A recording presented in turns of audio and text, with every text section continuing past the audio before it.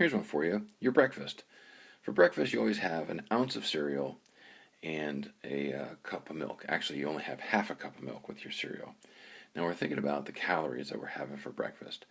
And on average, an ounce of this cereal is 110 calories with a standard deviation of 10, which means an ounce of cereal is somewhere between 100 calories and 120 calories on average. So we should be okay with that by now. And now the milk is 140 calories per cup with a standard deviation of 12. But we only have half a cup with our breakfast. So let's write some stuff down. So here we have some information.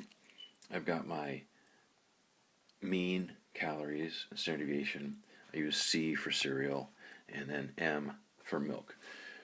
Now for our breakfast, we have the cereal and the milk. So what is our new mean amount of calories, the average amount of calories that we're having? Well, it turns out that we only have half a cup of milk.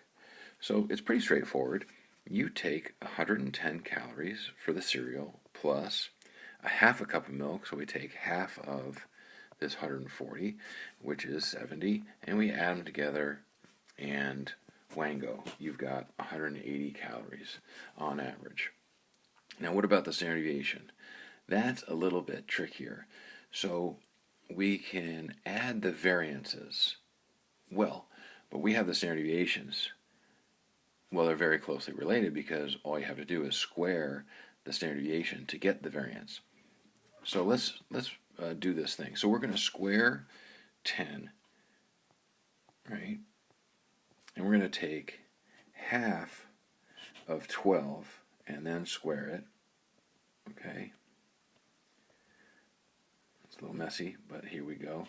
Because we want to take half of the 12 and then square it.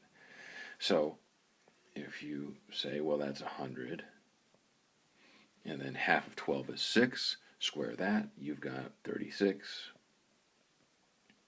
And the total is 136. But that's the variance, not the standard deviation. So now we go back to the standard deviation by taking the square root.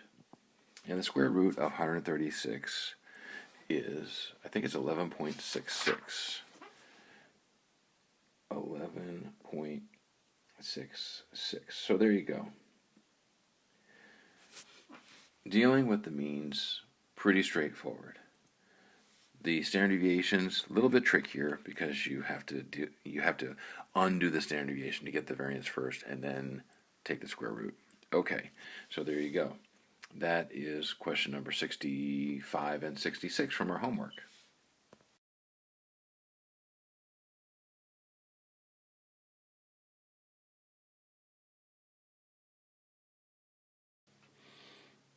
Let's just assume that 44% of Americans have type O blood. And you're wondering, because you work at a bloodmobile, of the next 7 people that walk in, what's the probability that exactly 4 of them have type O blood? Well, let's see. If 44% or 0.44, that's the probability, have type O blood, that means that 0.56 do not have type O blood. It's either yes or no, binomial. So type O blood, not type O blood. And we want 4 people to have type O blood, which means that 3 people do not have type O blood, because we're talking about the next 7 people that come in. Now, how many different ways could they come in? Meaning, the first person has type O blood, then the next person doesn't have it, then the next 2 do, so on and so forth. You could rearrange these people in how many different ways could that possibly happen? Well, the way you do that is you say 7, choose 4 gives us that number. So instead of writing them all out, we put that in the calculator and we get 35. There's 35 different ways that the people might come in where 4 have type O blood and 3 do not. Now we multiply all this stuff together, and 0.44 raised to the 4th power turns out to be 0.07348, and 0.56 raised to the 3rd power is 0.1756. We multiply all this stuff together, and we end up with 0.23. That is the probability that of the next 7 people that come in the door, exactly 4 of them have type O blood, consistent with the fact that 44% of the people have type O blood. There you go.